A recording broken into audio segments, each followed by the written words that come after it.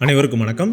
நீங்க பார்த்துட்டு இருக்குது ஸ்ரீ விஷ்ணு ஜோதிடம். நான் உங்க லட்சுமி நாராயணன். நாம இந்த வீடியோல பார்க்க போற தலைப்பு 2026 குரு பெயர்ச்சியில மகர ராசிக்கு ஒரு மிகச்சிறந்த ஒரு எதிர்காலம் அமைய போகுது. கிட்டத்தட்ட அது ஒரு நல்ல ஒரு கோடீஸ்வர யோகம்னே சொல்லலாம். பொருளாதாரம், மன மகிழ்ச்சி, மன அமைதி, இது எல்லாமே கிடைக்கக்கூடிய ஒரு குரு பெயர்ச்சி அந்த வருடம் இருக்க போது. அது எப்படி இருக்க போது, அது உங்க வாழ்க்கையில என்னென்ன மாதிரியான மாற்றங்களை ஏற்படுத்தும், இந்த மாதிரி விஷயங்களை இந்த வீடியோல நம்ம பார்க்க போறோம். கடைசி வரைக்கும் பாத்தீங்கன்னா ஒரு நல்ல புரிதல் கிடைக்கும். டைம் வேஸ்ட் பண்ணாம இன்னைக்கு வீடியோக்கு போயிடலாம். அதுக்கு முன்னால என்கிட்ட உங்களோட ஜாதகத்தை கொடுத்து தனிப்பட்ட முறையில் ஜாதக பலன்கள் தெரிஞ்சுக்கணும்னு நினைச்சீங்கன்னா கீழே என்னோட வாட்ஸ்அப் நம்பர் கொடுத்துருக்கேன். அதில் நீங்க தொடர்பு கொள்ளலாம். வாங்க இன்னைக்கு வீடியோக்கு போகலாம்.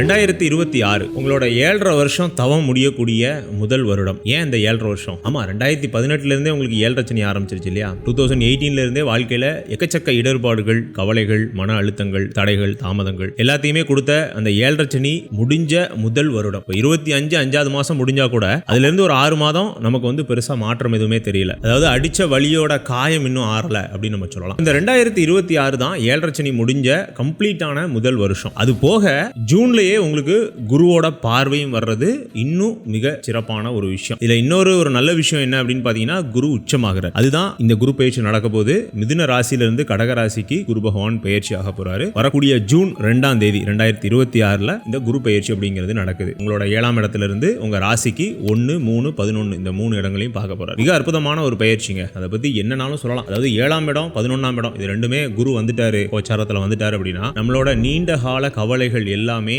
மறக்கக்கூடிய அல்லது அதை மறக்கிறதுக்கான வாய்ப்புகளை கொடுக்கக்கூடிய ஒரு கட்டமா அது அமையும். அதே மாதிரி வருமானம் இல்லாத, பொருளாதாரத்தில் ரொம்ப நொடிஞ்சு போயிருக்கக்கூடிய மகர ராசிக்காரர்களுக்கு உங்களுக்கு அந்த விதையில தண்ணி விழுந்த மாதிரி அல்லது ஒரு சூரிய ஒளிப்பட்ட ஒரு தாவரம் மாதிரி அடுத்த கட்ட வளர்ச்சியை பொருளாதாரத்தில் நீங்க பெறுவீங்க. அதாவது ஏதாவது ஒரு சூழல், ஏதாவது ஒரு நல்ல மனிதர்கள், எங்கேயோ ஒரு என்வரன்மெண்டல் சேஞ்ச், இந்த மாதிரி ஏதோ ஒரு விஷயம் நடந்து உங்க வாழ்க்கையில அடுத்த கட்ட பொருளாதார வளர்ச்சி அப்படிங்கிறது கிடைக்கும். அதே மாதிரி வேலையில இருக்கக்கூடிய மகர ராசிக்காரர்கள் நீண்ட நாளாவே ப்ரமோஷன் இல்ல, ப்ராப்பர் ரெகக்னேஷன் இல்ல, நம்ம வேலை செஞ்சோம்னா அதுக்கு இன்னொருத்தர் கிரெடிட் வாங்கிட்டு போறாரு. இதை தான் நீங்க நிறைய பார்த்திருப்பீங்க. நல்ல உழைப்பாளி, நல்ல ஸ்மார்ட்டான ஒரு பர்சனா இருப்பீங்க. ஆனா என்ன, சரியான ரெகக்னேஷன் இல்லாம அப்படியே ஸ்டாக்னண்டாவே இருப்போம், ஒரே இடத்துல இருப்போம். நம்ம மாறினா கூட நமக்கு வேலை போயிருமோ அல்லது கெரியர்ல எதுவும் பிரேக் விழுந்துருமோ, இந்த மாதிரி பயத்தோடயே நம்ம கடந்த ஒரு 5 வருடங்கள் இருந்திருப்போம். அந்த நெகட்டிவான விஷயங்கள்ல இருந்து நமக்கு விடுதலை கிடைக்க போது இந்த 2026 குரு பயிற்சியில. முதல்ல நல்ல வேலை கிடைக்குங்க. நீங்க கடந்த ஒரு 3-4 வருடம் எவ்வளவு வேலை ட்ரை பண்ணியிருந்தாலும் அதுல ஃபைனல் கால் வரைக்கும் போயிட்டு கூட உங்களை கூப்பிடாம போயிருப்பாங்க. அதே மாதிரி நம்மளோட ப்ரொஃபைலுக்கு தகுந்த மாதிரி சரியான வேலையில இல்லாம ஒரு சாட்டிஸ்ஃபைடு இல்லாத ஒரு என்வைரன்மெண்ட்ல நீங்க இருந்துகிட்டு இருப்பீங்க. அதுவும் இந்த வருடம் சரியாகும். அதாவது நீங்க என்ன நிலையில இருந்தாலும் பரவாயில்ல, நீங்க ஒரு வேலை தேடிட்டு இருக்கீங்க அல்லது வேலை கொஞ்ச நாள் பார்த்துருக்கீங்க, இன்னும் ஒரு பெட்டரான ஒரு ஆப்பர்ச்சுனிட்டி வேணும், அல்லது நீண்ட காலம் வேலை பார்த்துட்டீங்க, ரிட்டையர்மெண்ட்டுக்கு வர போறீங்க, ஒரு தொழில் ஆரம்பிக்கணும் அல்லது தொழில் பண்ணிட்டு இருக்கீங்க. இந்த மாதிரி எல்லா வாழ்க்கையில எல்லா கேட்டகரியிலையும் இருக்கக்கூடிய மகர ராசிக்காரர்களுக்கு உங்களோட பொருளாதாரம் அல்லது கெரியர்ல ஒரு மாற்றம் அப்படிங்கிறது இந்த 2026 ஜூனுக்கு அப்புறம் நிகழ ஆரம்பிக்கும். கரெக்டா எப்போ தாங்க நிகழும்? இப்போ ஜூன் 2ஆம் தேதின்னு சொல்றீங்க. அப்போ நம்ம ஜூன் 2ஆம் தேதியில இருந்து எதிர்பார்க்கலாமா? இல்ல, அப்படி இல்ல. ஜூலை, ஆகஸ்ட், செப்டம்பர் இதுல இருந்து தான் அந்த குருவோட வீரியம் நமக்கு கிடைக்க ஆரம்பிக்கும். எப்பவுமே இந்த குரு பயிற்சி அப்படிங்கிறது ஒரு பாயிண்ட். இந்த நாள்ல குரு பயிற்சி ஆகிறாருன்னு ஒரு கணக்கு நம்ம பஞ்சாங்கத்தின்படி அது கணிக்கிறோம். ஆனா அதுல இருந்து ஒரு மாசமோ 2 மாசமோ கண்டிப்பா டைம் எடுத்துக்கும். அப்பதான் நமக்கு ரியாலிட்டியில நமக்கு புரிய ஆரம்பிக்கும். இல்ல தசாபுத்திகள், நம்மளோட ஜாதகம், இந்த மாதிரி விஷயங்கள்லாம் இருந்தா கூட இதுதான் ஓரளவுக்கு நம்ம ஏத்துக்கக்கூடிய ஒரு விஷயம். அடுத்தது மிக முக்கியமானது குடும்பம். குடும்பத்துக்கு நம்ம எவ்வளவு செஞ்சாலும், எவ்வளவுதான் நம்ம வந்து அவங்களுக்காக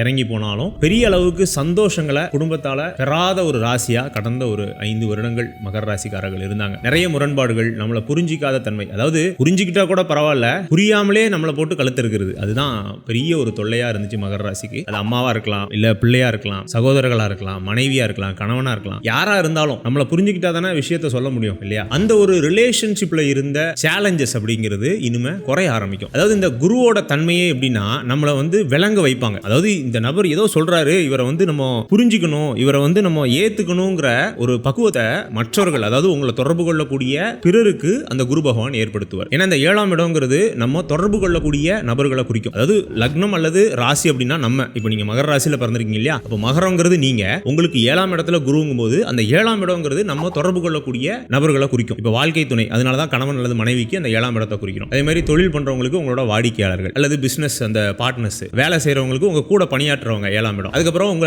சந்திக்கக்கூடிய நபர்கள், உங்களோட ஃப்ரெண்ட்ஸ், இது எல்லாத்தையுமே இந்த 7ஆம் இடம் தான் குறிக்கும். அந்த 7ஆம் இடத்துக்கு குரு வரும்போது இது சார்ந்த விஷயங்கள்ல உங்களுக்கு பாசிட்டிவ் அப்படிங்கிறது கிடைக்கும். அதை தான் நான் திரும்ப திரும்ப சொல்ல வரேன். அடுத்து குருவோட பார்வை என்ன செய்யும்? 7ஆம் இடத்துக்கு வரான்னு சொல்லிட்டீங்க, அதுல சில பலன்கள்லாம் சொல்லிட்டீங்க. பார்க்கிற பார்வையில் எதுவும் பலன் உண்டா? பார்க்கிற பார்வைக்கு தான் ஃபர்ஸ்ட் பிரையாரிட்டி குருவை பொறுத்த வரைக்கும். அதன் அடிப்படையில் உங்க ராசியை பார்க்கறாரு, அப்புறம் 11ஆம் இடத்தை பார்க்கறாரு, அப்புறம் 3ஆம் இடத்தை பார்க்கறாரு. அதனால தான் அந்த முயற்சிகள்லாம் இப்போ பண்றதுக்கு ஏற்ற காலம் அப்படின்னே சொன்னேன். 3ஆம் இடத்தை குரு பார்க்கறாரா, தன்னோட 9ஆம் பார்வையால அது ஒரு விசேஷ பார்வை, அது ஒரு மிகச்சிறந்த அமைப்பு. உங்களோட சகோதர வழியில இருந்த பிரச்சனைகள் அகலும், உங்களோட முயற்சி, அப்புறம் புகழையும் குறிக்கக்கூடியவர் அவர் தான். புகழ்ங்கிறது இந்த இடத்துல நம்ம ஒரு நடைமுறையில நமக்கு என்ன புகழ்? இப்போ ஒரு வேலை செய்றீங்க, ஒரு கம்பெனில ஒரு ஆபீஸ்ல இருக்கிறீங்க, உங்களை ரெகக்னைஸ் பண்ணுவாங்க, நீங்க அடுத்த கட்ட ப்ரமோஷனுக்கு தயாராவீங்க, அந்த ப்ரமோஷன் லிஸ்ட்ல உங்க பேர் வரும், புரியுதுங்களா?